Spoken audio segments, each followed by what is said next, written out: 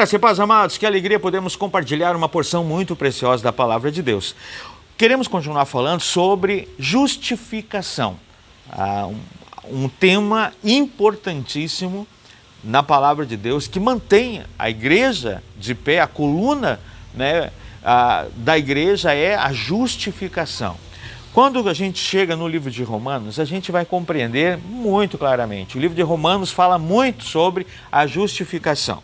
Então precisamos compreender que Deus é justo, em Deus não há injustiça. Precisamos compreender que entre os homens não há um justo sequer. Então nós precisamos ser justificados. Quem pode justificar um injusto? Aquele que é justo. Quem é justo? Um só, Jesus. 1 João 2,1 diz assim: Filhinhos meus, essas coisas vos escrevo para que não pequeis. Se todavia alguém pecar, temos advogado junto ao Pai, Jesus Cristo, o justo. Olha o que diz 2 Coríntios 5,21. Aquele que não conheceu o pecado, ele o fez pecado por nós, para que nele fôssemos feitos justiça de Deus. Ou seja, nós temos um advogado que é justo. Nós temos um Salvador que nele nós somos feito justiça de Deus. Ou seja, ele morreu de forma substituindo a nossa vida na cruz do Calvário. Isso é justificar. O Senhor tomou o nosso lugar. É como que se no tribunal de Deus, Deus, o justo juiz, o Silvano aqui, pecador, condenado à morte, né, por todos os pecados que eu cometi. Aí vem Jesus, ele diz assim: Silvano, sai daí que eu vou tomar o teu lugar de réu. Eu vou sofrer todas as consequências dos teus pecados. E aí Jesus tomou o meu lugar no tribunal do Senhor, me inocentando, declarando eu justificado. Isso já seria alguma coisa assim sobrenatural. Talvez alguns possam dizer assim: mas pastor, aí isso aqui não é perdão? Justificação vai além do perdão. O perdão é um ato de limpar a nossa ficha, né? Apagar os nossos erros, mas nos deixa inocente de novo. O perdão, somente o perdão não nos leva ao céu. Por quê? Porque nós vamos continuar pecando. Se nós não pecássemos, o perdão solucionaria o nosso problema. Mas o perdão é importante, ele é importante, mas a justificação é o que nos leva à presença do Pai. Por quê? Porque a justificação tem uma dupla ação. Ela perdoa todos os nossos pecados e as nossas iniquidades e acredita diante de Deus a justiça de Jesus sobre a nossa vida para todo sempre.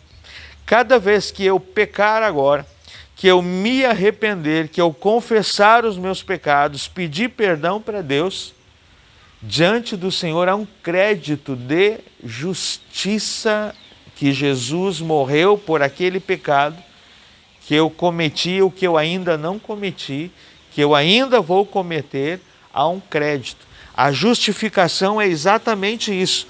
No tribunal de Deus, no juízo de Deus, há um crédito infinito da justiça de Deus. Se eu permanecer tendo, cada vez que pecar, me arrepender, confessar os meus pecados, há um crédito diante do Pai da justiça que Jesus conquistou na cruz do Calvário. É tão importante entendermos isso. Então a justificação não é um simples perdão, é um perdão com um crédito eterno, um crédito sem limite da justiça de Deus sobre a minha vida injusta. Então eu saio de um relacionamento de um justo juiz e um réu para um relacionamento de um filho diante de um pai.